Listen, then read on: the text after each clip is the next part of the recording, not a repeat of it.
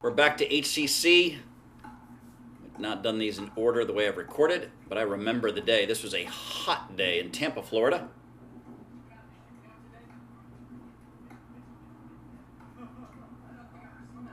That shot, let's see that again. I think what happened was it hit off of Stacy's foot and then herself, and she hit it right. Yeah, it was off her body, off her knee, off her leg. All kinds of craziness there for our first point. So we said her name. That's Stacy. She's getting the ball back rightly to the people that won the point. It was a soccer stave. That ball didn't get past her. Got her foot, got her leg, and somehow got back over the net. But that's not legal, folks. You got to use your paddle. For those that don't know the detailed rules, any part of the paddle is legal to use to hit the ball back, as well as your hand. Anything up to your wrist. If it hits here and goes back over the net, it's legal. It doesn't have to hit the paddle, but your hand all the way up to your wrist is legal. If it hits down here, elbow, this or that, once it hits that part of your body, effectively the play is dead. You have lost the point.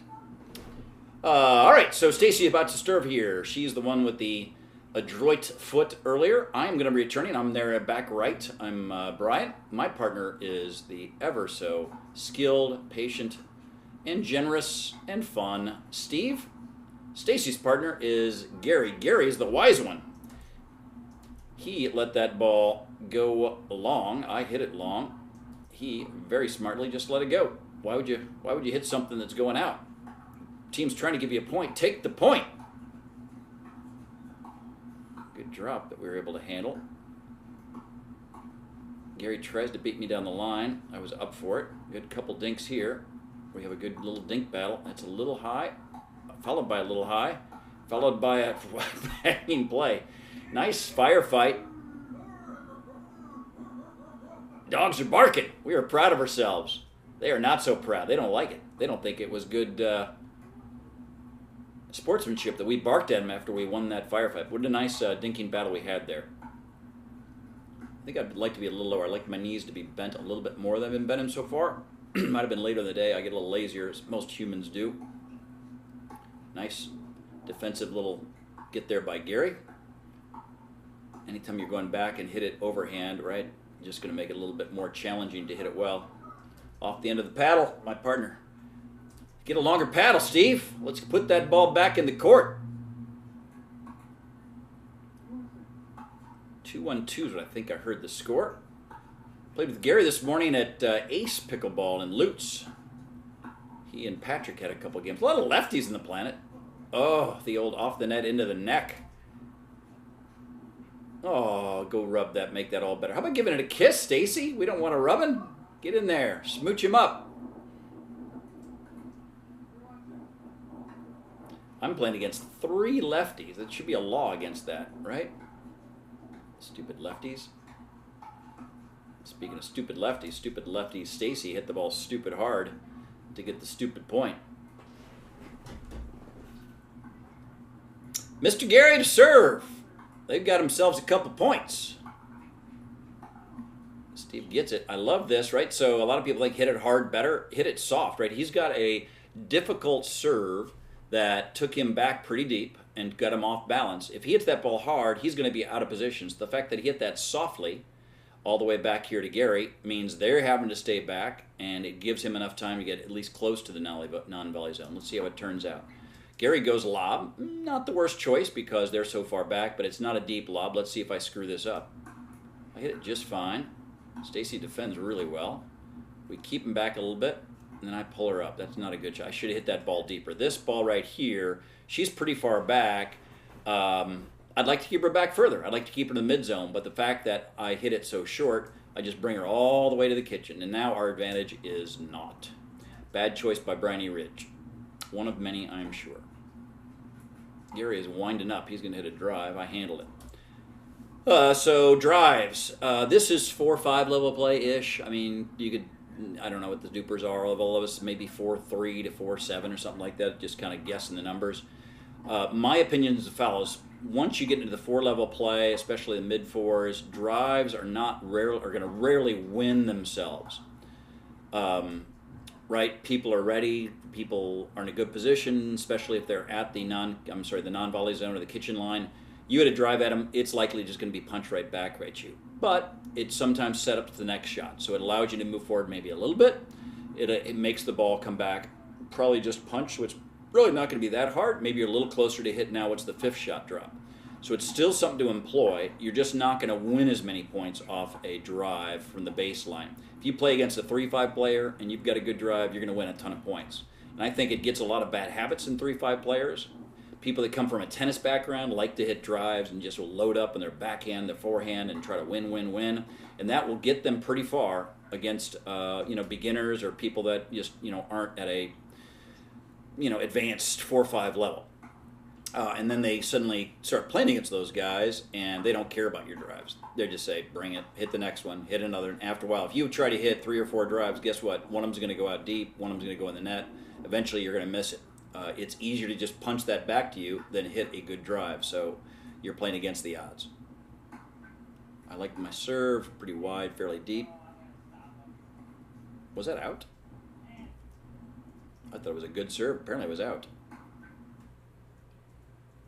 Man, that ball was probably on the line. I got robbed. Maybe not. Video's not 1,000% accurate. More technical details than you need. I generally film in 4K. Due to the sensor that you use, you get more frames per second at lower resolutions, and you get less frames per second at more resolution.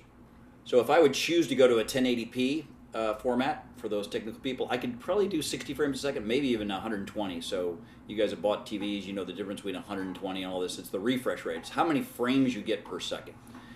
30 frames per second just means really this game's so fast. I'm only going to see the ball, a couple clips before it hits and after it hits. So it's not 1,000% accurate.